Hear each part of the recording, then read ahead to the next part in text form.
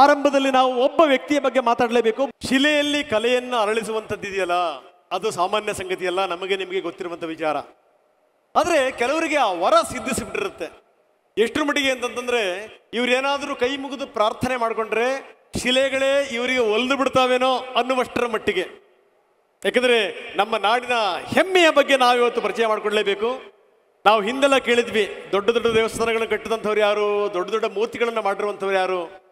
ನಾವು ಜಕ್ಕಣ್ಣನ ಕಥೆಯನ್ನು ಕೇಳಿದ್ವಿ, ಡಕ್ಕಣ್ಣನ ಕಥೆಯನ್ನು ಕೇಳಿದ್ವಿ. ಆದರೆ ನಾವು ಕಂಡಿಲ್ಲ, ನಾವು ಬರೀ ಕೇಳಿರುವಂಥದ್ದು ಮಾತ್ರ. ಜಾನಪದ ಕಥೆಗಳಲ್ಲಿ ನಾವು ಅದನ್ನು ಕೇಳಿದ್ದೀವಿ ಅಷ್ಟನ್ನೇ. ನನಗೆ DVG ಅವರ ಮಾತೊಂದು ನೆನಪಾಗುತ್ತೆ. ಅವರು ಈ ಸ್ವರ್ಗ ನರಕದ ಬಗ್ಗೆ ಮಾತಾಡುವಂಥ ಸಂದರ್ಭದಲ್ಲಿ ಹೇಳ್ತಾರೆ, ಅಲ್ಲಿ ಮೇಲ್ ಹೋದವರಿಲ್ಲ, ಮರಳಿ ಬಂದವರಿಲ್ಲ, ವರದಿ ತಂದವರಿಲ್ಲ ಅನ್ನುವಂಥ ಮಾತು. ಹೀಗಾಗಿ ನಾವು ಅವ್ರನ್ನ ನೋಡಿರಲಿಲ್ಲ, ಆದರೆ ಒಬ್ಬ ಅದ್ಭುತವಾದಂಥ ಒಬ್ಬ ಶಿಲ್ಪಿನ ನಾವು ನೋಡಿಬಿಟ್ವಿ. ಯಾರವರು, ಅವರ ಕಥಾನಕಗಳೇನು ನಿಮಗೆ ಗೊತ್ತಿದೆ, ಆದರೂ ಕೂಡ ಅವರ ಬಗ್ಗೆ ಒಂದು ಪುಟ್ಟ ಪರಿಚಯವನ್ನು ನಾವು ಮಾಡಿಕೊಡ್ತಾ ಇದ್ದೀವಿ. ದೇಶದೆಲ್ಲೆಡೆ ಹಲವಾರು ಪ್ರತಿಮೆಗಳಿಗೆ ತಮ್ಮ ಕೈ ಸ್ಪರ್ಶ ನೀಡಿ ಮಹಾಶಿಲ್ಪಿ ಅನ್ನಿಸಿಕೊಂಡ ಅರುಣ್ ಯೋಗಿರಾಜ್ 2024ನೇ ಸಾಲಿನ TV9 ನವನಕ್ಷತ್ರ ಗೌರವಕ್ಕೆ ಭಾಜನರಾಗಿದ್ದಾರೆ. ಅಲ್ಲಿ ನೋಡಲು ರಾಮ, ಇಲ್ಲಿ ನೋಡಲು ರಾಮ, ಎಲ್ಲೆಲ್ಲಿ ನೋಡಿದರೂ ಶ್ರೀರಾಮಚಂದ್ರ. ಬಾಲರಾಮನ ಮೂರ್ತಿಗೆ ಜೀವ ತುಂಬಿದಂಥ ಕನ್ನಡದ ಅತ್ಯಪರೂಪ, ಕನ್ನಡ ಮಣ್ಣಿನ ಕುವರ ಕಲಾವಿದ ಅರುಣ್ ಯೋಗಿರಾಜ್ನವ್ರನ್ನ ಸನ್ಮಾನಿಸುವುದಕ್ಕಾಗಿ ವೇದಿಕೆಗೆ ಪ್ರೀತಿಯಿಂದ ಬರಮಾಡಿಕೊಳ್ಳೋಣ. ಸಚಿವರಾಗಿರ್ತಕ್ಕಂಥ ಈಶ್ವರ್ ಖಂಡ್ರೆ ಅವರು, ಹಾಗೆ ಟ್ರಾವೆಲ್ ಮಾರ್ಟ್ನ MD ಆಗಿರ್ತಕ್ಕಂಥ ಮೋಹನ್ ಸುಂದರ್ ಅವರು, ಹಾಗೆ ಕೊಡಚಾದ್ರಿ ಚಿಟ್ನ MD ಆಗಿರ್ತಕ್ಕಂಥ ಪರಶುರಾಮ್ ಅವರು ವೇದಿಕೆಗೆ ಬರಬೇಕಾಗಿ ವಿನಂತಿ.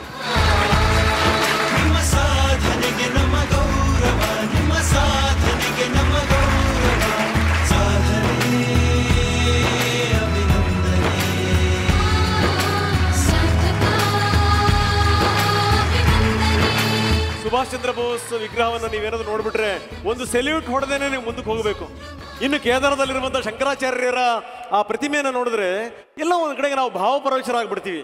ಹೇಗೆ ಒಬ್ಬ ವ್ಯಕ್ತಿ ಈ ಕಲ್ಲಿನಲ್ಲಿ ಕಲೆಯನ್ನು ಇಷ್ಟರ ಮಟ್ಟಿಗೆ ಮೂಡ್ಸಕ್ಕೆ ಹೇಗೆ ಸಾಧ್ಯ, ಹೇಗೆ ಬಂತು ಅವರಿಗೆ?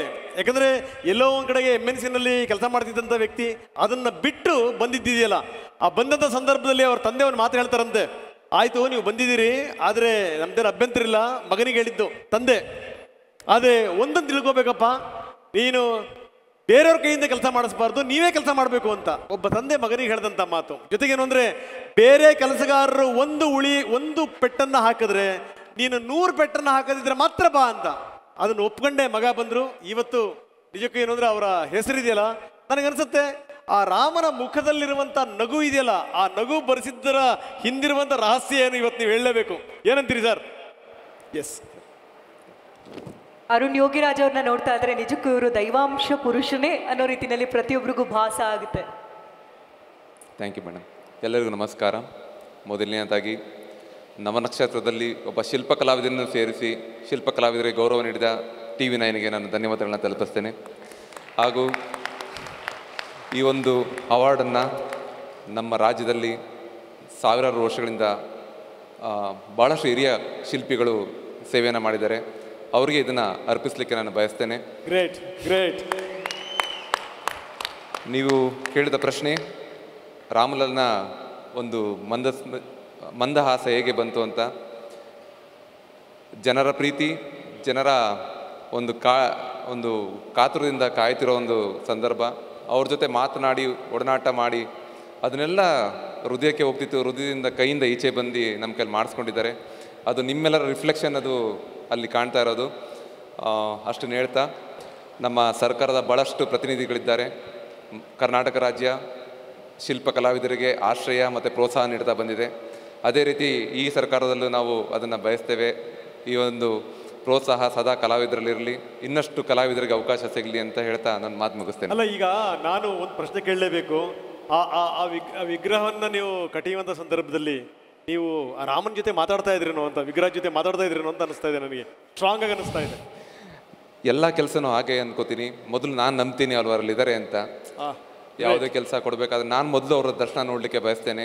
ಅವರಲ್ಲಿ ಪ್ರಾರ್ಥನೆ ಮಾಡ್ತೇನೆ, ಶ್ರದ್ಧೆಯಿಂದ ಪ್ರಯತ್ನ ಮಾಡ್ತೇನೆ, ಪ್ರೀತಿಯಿಂದ ನೋಡಲು ಬಯಸ್ತೇನೆ. ಅವರು ನನಗೆ ಸ್ಪಂದಿಸ್ತಾರೆ ಅಂತ ನಂಬಿಕೆ ಇದೆ. ಈ ಒಂದು ನಂಬಿಕೆ ನನ್ನ ಇಲ್ಲಿ ತನಕ ತಗೊಬಂದು ನಿಲ್ಲಿಸಿದೆ. Thank you sir. Great sir, great sir. ಬನ್ನಿ, ಈಶ್ವರ್ ಖಂಡ್ರೆ ಅವರು ಇದ್ದಾರೆ. ಈಶ್ವರ್ ಖಂಡ್ರೆ ಅವರು ಈ ಬಹಳಷ್ಟು ಜನ ಅರಣ್ಯ ಸಚಿವರಾಗಿ ಹೋದರು, ಆದರೆ ಛಾಪ್ ಮೂಡಿಸುವಂಥ ಕೆಲಸ ಮಾಡ್ತಾ ಇದ್ದೀರಿ ಸರ್, ನಿಮಗೆ ಅಭಿನಂದನೆಗಳು. ಈಗ ಸನ್ಮಾನ ಮಾಡಿದ್ದೀರಿ ಯೋಗಿರಾಜ್ ಅವ್ರನ್ನ, ಏನಂತೀರಿ ಈ ಕಾರ್ಯಕ್ರಮದ ಬಗ್ಗೆ, ಆ ಸನ್ಮಾನದ ಬಗ್ಗೆ? ಎಲ್ರಿಗೆ ನಮಸ್ಕಾರಗಳು. ಇವತ್ತು TV9 ವತಿಯಿಂದ ವಿವಿಧ ಕ್ಷೇತ್ರಗಳಲ್ಲಿ ಧಾರ್ಮಿಕ, ಆಧ್ಯಾತ್ಮಿಕ, ಶೈಕ್ಷಣಿಕ ಕ್ಷೇತ್ರ, ಕಲೆ, ಸಾಹಿತ್ಯ, ಸಂಸ್ಕೃತಿ ಎಲ್ಲ ಕ್ಷೇತ್ರಗಳಲ್ಲಿ ವಿಶಿಷ್ಟವಾದಂಥ ಒಂದು ಸಾಧನೆ ಮಾಡಿದಂಥ ದಿಗ್ಗಜರಿಗೆ TV9 ಇವತ್ತು ನಕ್ಷತ್ರ ಸನ್ಮಾನ ಕಾರ್ಯಕ್ರಮ ಆಯೋಜನೆ ಮಾಡಿದ್ದಾರೆ. ನನ್ನ ವತಿಯಿಂದ ಎಲ್ಲ ಈ ಒಂದು ಪ್ರಶಸ್ತಿಗೆ ಭಾಜನರಾದಂಥ ದಿಗ್ಗಜರಿಗೆ ಹಾರ್ದಿಕ ಅಭಿನಂದನೆಗಳು ಮತ್ತು ಶುಭಾಶಯಗಳನ್ನು ಕೋರ್ತಾ ಇದ್ದೇನೆ. ಆತ್ಮೀಯ ಬಂಧುಗಳೇ, ವ್ಯಕ್ತಿಗಳು ಹುಟ್ಟಿ ಅಳಿಯುತ್ತಾರೆ, ಸಂಸ್ಥಾನಗಳು ಹುಟ್ಟಿ ಸಾಯುತ್ತವೆ, ಸಾಮ್ರಾಜ್ಯಗಳು ಬಾಳಿ ಪತನಗೊಳ್ತವೆ. ಆದರೆ ಒಬ್ಬ ಸಮಾಜ ಸೇವಕ ಅವನು ಮಾಡಿದಂಥ ಲೋಕ ಕಲ್ಯಾಣ ಕಾರ್ಯಕ್ರಮಗಳು ಸದಾ ಶಾಶ್ವತವಾಗಿ ಉಳಿತವೆ. Great, great. ಜನ ಬರ್ತಾರೆ ಹೋಗ್ತಾರೆ, ಹೇಗೆ ಬರ್ತಾರೆ ಗೊತ್ತಾಗೋದಿಲ್ಲ, ಹೇಗೆ ಹೋಗ್ತಾರೆ ಗೊತ್ತಾಗೋದಿಲ್ಲ. ಕೆಲವರು ಮಾತ್ರ ತಮ್ಮ ಛಾಪನ್ನು ಬಿಟ್ಟು ಹೋಗ್ತಾರೆ. ಅಂಥ ಛಾಪು ಬಿಟ್ಟು ಹೋಗಂಥವರಲ್ಲಿ ಎಲ್ಲ ನಮ್ಮ ಶ್ರೇಷ್ಠ ಕಲಾವಿದರಿದ್ದಾರೆ, ಶಿಲ್ಪಿಗಳಿದ್ದಾರೆ. ಇವತ್ತು ಏನು ಅರುಣ್ ಅವರಿದ್ದಾರೆ, ಇನ್ನಿತರ ಅನೇಕ ದಿಗ್ಗಜರಿಗೆ ಈಗಾಗಲೇ ಮುಖ್ಯಮಂತ್ರಿಗಳು ಸನ್ಮಾನ ಮಾಡಿದ್ದಾರೆ. ಹೀಗಾಗಿ ಇಂಥ ಒಂದು ಸನ್ಮಾನ ಕಾರ್ಯಕ್ರಮದಿಂದ ಅವರಿಗೆ ಸಮಾಜದಲ್ಲಿ ಗುರುತಿಸುವುದರಿಂದ ಅವ್ರ ಮೇಲೆ ಜವಾಬ್ದಾರಿ ಜೊತೆಯಲ್ಲಿ ಇನ್ನೂ ಹೆಚ್ಚಿನ ಒಂದು ಸೇವೆ ಮಾಡುವಂಥ ಒಂದು ಸ್ಫೂರ್ತಿ ಬರ್ತದೆ. ನಿಜ ನಿಜ. ಅದರ ಜೊತೆಯಲ್ಲಿ ಏನು ಇವತ್ತು ನಾವೆಲ್ಲ ಇಲ್ಲಿ ಕೂತಿದ್ದೀವಿ, ಸಾರ್ವಜನಿಕರಿಗೂ ನಾವು ಸಮಾಜಕ್ಕೆ ಏನಾದರೂ ಕೊಡುಗೆ ಕೊಡಬೇಕು ನಮ್ಮದೇ ಆದಂಥ ರೀತಿಯಲ್ಲಿ ಅನ್ನುವಂಥ ಒಂದು ಸ್ಫೂರ್ತಿ ಬರ್ತದೆ, ಒಂದು ಪ್ರೇರಣೆ ಬರ್ತದೆ. ಆ ಕಾರಣಕ್ಕಾಗಿ ನನ್ನ ಪರವಾಗಿ ಏನು ಈ ಸುದ್ದಿವಾಹಿನಿ TV9 ಅವರು ಇಂಥ ಒಂದು ವಿಶಿಷ್ಟವಾದಂಥ ಕಾರ್ಯಕ್ರಮವನ್ನು ಆಯೋಜನೆ ಮಾಡಿದ್ದಕ್ಕಾಗಿ ಮತ್ತು ನಿಸ್ವಾರ್ಥ ಭಾವನೆಯಿಂದ ಯಾವುದೇ ಪ್ರತಿಫಲಾಪೇಕ್ಷೆ ಇಲ್ಲದೆ ಏನು ಈ ದಿಗ್ಗಜರು ಸೇವೆ ಮಾಡ್ತಾ ಇದ್ದಾರೆ ಅವ್ರಿಗೆಲ್ಲ ಗುರುತಿಸುವಂಥ ಕೆಲಸ ಮಾಡಿದ್ದಕ್ಕಾಗಿ ಹಾರ್ದಿಕ ಅಭಿನಂದನೆ, ಶುಭಾಶಯಗಳನ್ನು ಕೋರಿ ಮತ್ತೊಮ್ಮೆ ನಿಮ್ಮೆಲ್ಲರಿಗೂ ಶುಭ ಆಗಲಿ.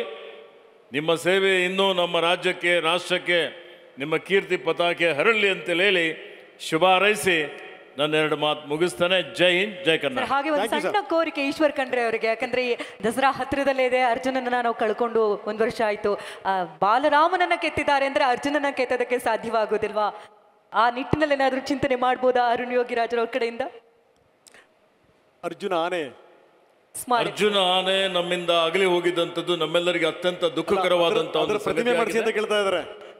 ಯೋಗಿರಾಜ್ ಅವ್ರ ಕಡೆಯಿಂದ ಪ್ರತಿಮೆಯನ್ನು ಆಗಬೇಕು ಅಂತ ಈಗಾಗಲೇ ನಾವು ಅರ್ಜುನ ಪ್ರತಿಮೆಗೆ ನಾನು ಮೊನ್ನೆ ಹೋದ ತಿಂಗಳು ಹೋಗಿ ಏನು ನಮ್ಮ ವಿಶಿಷ್ಟವಾದಂಥ ದಸರಾ ಮಹೋತ್ಸವ ಆಚರಣೆ ಮಾಡ್ತೀವಿ, ವಿಶ್ವವಿಖ್ಯಾತವಾದಂಥದ್ದು. ಸುಮಾರು ಸಲ ಅಂಬಾರಿಯನ್ನು ಹೊತ್ತಿದ್ದಂಥ ಅರ್ಜುನ ಇವತ್ತು ಇಡೀ ರಾಜ್ಯಕ್ಕೆ ಮನೆ ಮಾತಾಗಿದ್ದಂಥವನು. ಇವತ್ತು ಏನು ಪುಂಡಾನೆಯ ಕಾಳಗದಲ್ಲಿ ಹೋರಾಟದಲ್ಲಿ ಹುತಾತ್ಮರಾದಂಥದ್ದು. ಆ ಒಂದು ಹಾಸನ್ನ ಗ್ರಾಮದಲ್ಲಿ ಎಲ್ಲಿ ಹುತಾತ್ಮ ಆಗಿದ್ದಾನೆ, ನಾನು ಮೊನ್ನೆ ಹೋಗಿ ಅದರ ಪ್ರತಿಮೆ ಸ್ಮಾರಕ ಮಾಡಲಿಕ್ಕೆ ಶಂಕುಸ್ಥಾಪನೆ ಮಾಡಿದ್ದೇನೆ. ಇನ್ನೊಂದು ಸ್ಮಾರಕ ನಾವು ಬಳ್ಳೆ ಅನ್ನುವಂಥ ಅರ್ಜುನ್ನ ಏನೊಂದು ಕ್ಯಾಂಪ್ ಇದೆ, ಆ ಕ್ಯಾಂಪಲ್ಲಿ ಮಾಡಲಿಕ್ಕೆ ತೀರ್ಮಾನ ಮಾಡಿದ್ದೇವೆ. ಮತ್ತು ಮೈಸೂರಿನ ಎಕ್ಸಿಬಿಷನ್ನಲ್ಲೇನು ಸಹಿತ ಒಂದು ಅಂಬಾರಿ ಹೊತ್ತಂಥ ಅರ್ಜುನ ಆನೆಯ ಒಂದು ವಿಗ್ರಹ ಮಾಡುವಂಥ ಅದಕ್ಕೆ ಸೂಚನೆಯನ್ನು ಕೊಟ್ಟಿದ್ದೇವೆ.